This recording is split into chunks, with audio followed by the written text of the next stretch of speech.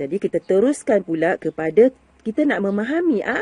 Kalau kita baca, kita tak faham, kurang berkesan ya.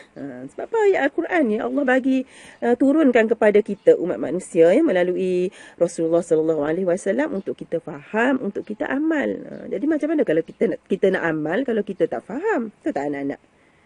Okay, ya, kita tengok kepada seterusnya. Apa yang Allah nak bagi tahu kita di dalam surah Al-Fatihah ya. Okey, tengok balik terjemahan dia. Okey, Bismillahirrahmanirrahim. Maksudnya ialah dengan nama Allah yang Maha Pemurah. Ar-Rahman maksudnya pemurah. Ar-Rahim maksudnya yang Maha mengasihi. Apa maksud pemurah? Pemurah tu maksud dia Allah itu akan bagi rezeki pada sesiapa sahaja. Sesiapa sahaja. Pemurah. Ya. Rezeki itu pula kita kena faham. Rezeki itu bukan untuk kita makan saja. Rezeki kita jadi orang Islam. Rezeki kita beriman. Rezeki kita sihat. Rezeki kita ada ibu bapa. Ya, bukan bila kata rezeki itu bukan kita faham benda yang kita boleh makan saja. Ya. Kesihatan pun adalah satu rezeki yang Allah bagi kat kita. Ya. Okay. Ar-Rahim maksud dia mengasihi. Betapa Allah itu Maha pengasih. Pengasihnya Allah itu dia kepada kita. Kita kadang-kadang orang yang malas solat pun dia dapat juga makan. Itu tanda Allah mengasihi kita. Ya. Kadang-kadang malas kita nak bangun solat subuh ke contohnya ya. Tapi dapat juga bersarapan ya. Itulah tanda Allah memberi rezeki, sayang kepada kita sebagai hamba dia. Okey. Seterusnya ayat yang kedua. Alhamdulillahi Rabbil Alamin. Segala puji itu hanya bagi Allah. Alhamdulillah maksudnya segala puji bagi Allah. Rabbil Alamin maksud dia yang mentadbir sekalian alam. Apa dia alam? Alam tu semualah. Alam yang kita nampak. Contohnya kita nampak bumi, kita nampak langit, kita nampak pokok. Itu yang kita nampak. Yang kita tak nampak tu. Contohnya macam langit, kita nampak yang nampak kat langit dunia sahaja, sebenarnya berlapis lagi, ada berlapis-lapis lagi di atas. Macam tu juga bumi ya. Bumi pun yang kita pijak aja kita nampak, yang bawah-bawah lagi kita tak nampak. Ada lagi 7 lapis ya. Kalau lagi 7 lapis, bumi 7 lapis ya. Ada lagi 7 lapis ya. Segala puji itu hanyalah Allah, bagi Allah ya. Manusia kita puji manusia pun tak boleh ya. Puji Allah sahaja. Allah yang mentadbir sekalian alam. Okey. Okey, ayat yang ketiga.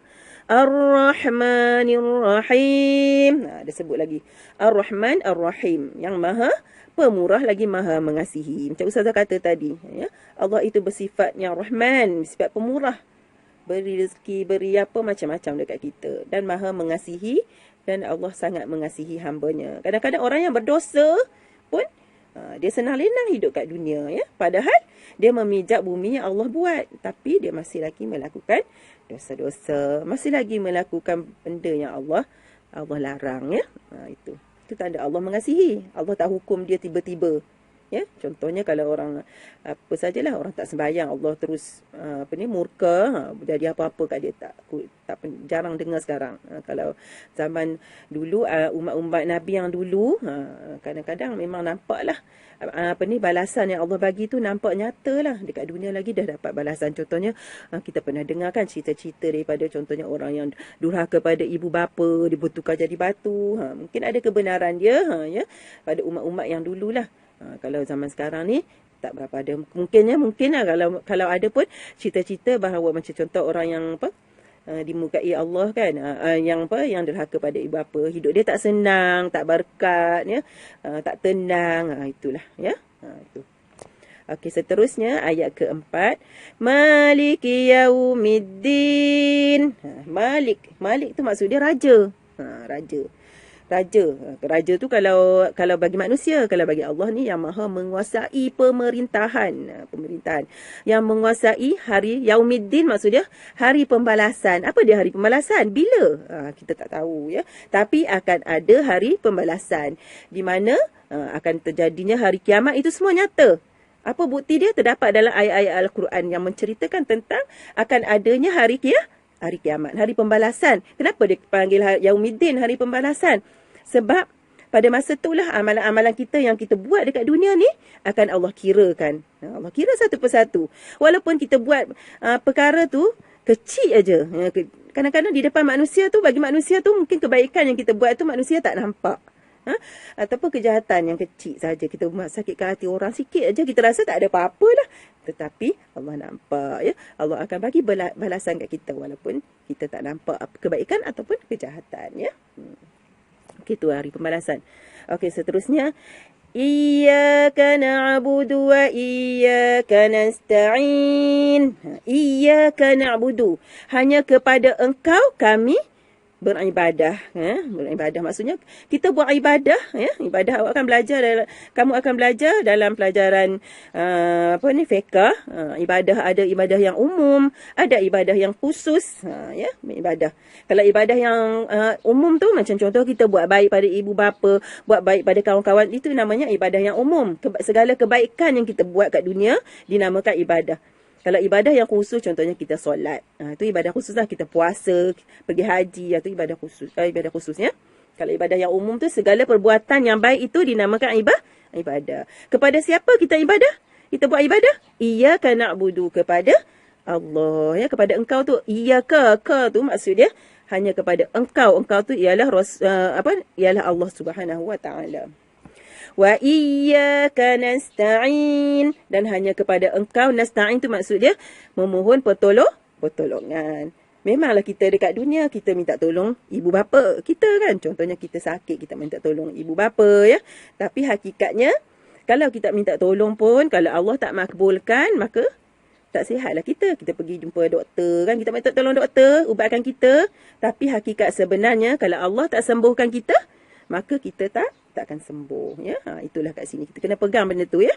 Wa iyyaka nasta'in, hanya kepada Engkau kami memohon pertolongan. Okey. Seterusnya ayat ke-6, ya. Ihdinas siratal mustaqim. Dekat ayat ini kita memohon doa kita, ya, permintaan kita kepada Allah. Ihdina maksud dia tunjukkanlah kami. Tunjukkanlah kami, ya Allah. Ya. Siratal mustaqim. Sirat tu maksud dia jalan. Jalan maksud dia. Mustaqim, jalan yang lurus. Ya. Kalau kita tengok kat dunia ni pun, kalau jalan yang lurus, tak akan membawa kita kepada kesesatan.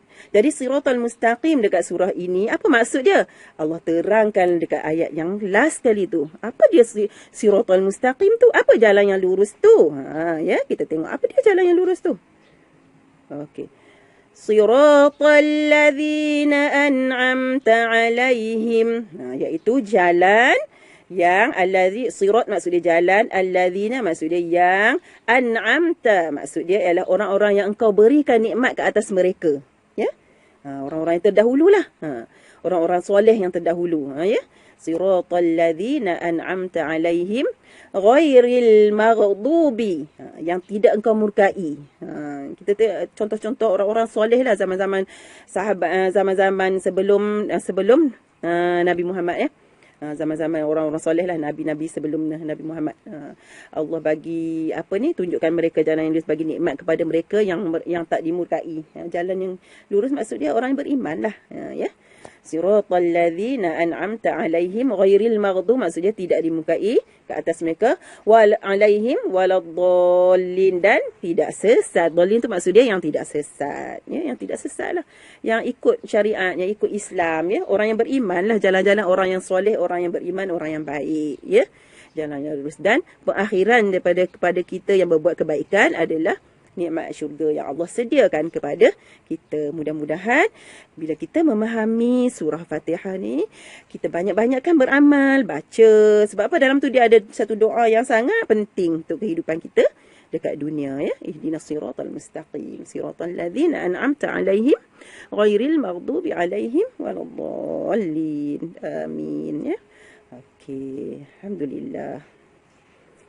Jadi anak-anak, tahukah anda, kita tengok kat situ. Al-Fatihah, okey.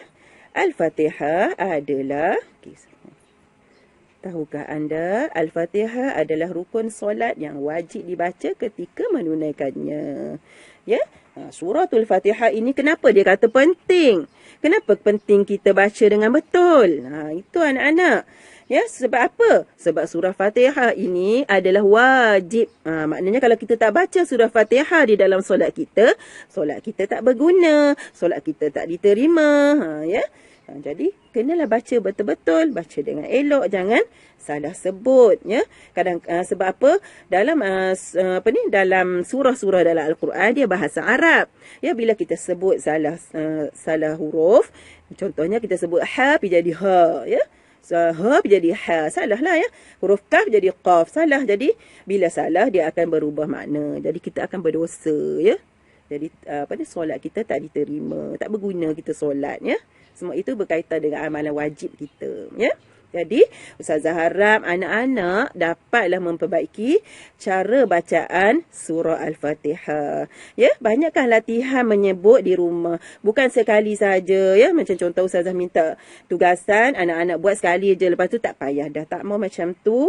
Banyakkan hari-hari kalau boleh, ya. Kita amalkan apa? Satu, kita cuba tengok yang bawah tu. Amalkan apa? Disuruh amalkan apa? A'udzubillahi minasyaitonirrajim. Ya, sebelum kita baca Al-Quran. Sebab apa? Bila kita baca Al-Quran tu syaitan suka kacau. Jadi kita minta perlindungan.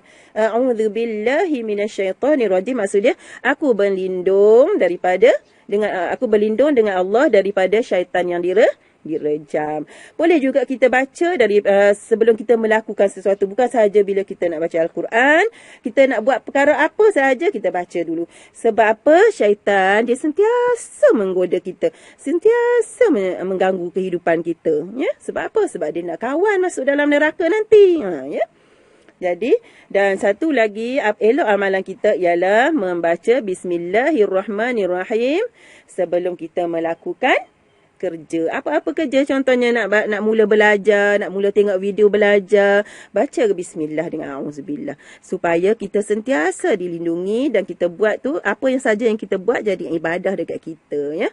Okey, rasanya itu sahaja. Mudah-mudahan murid-murid dapat iktibar daripada apa yang Ustazah terangkan di sini. InsyaAllah banyakkan latihan menyebut dan membaca serta dapat menghafal dengan baik surah Al-Fatihah. Sekian, Assalamualaikum warahmatullahi wabarakatuh. Jumpa lagi.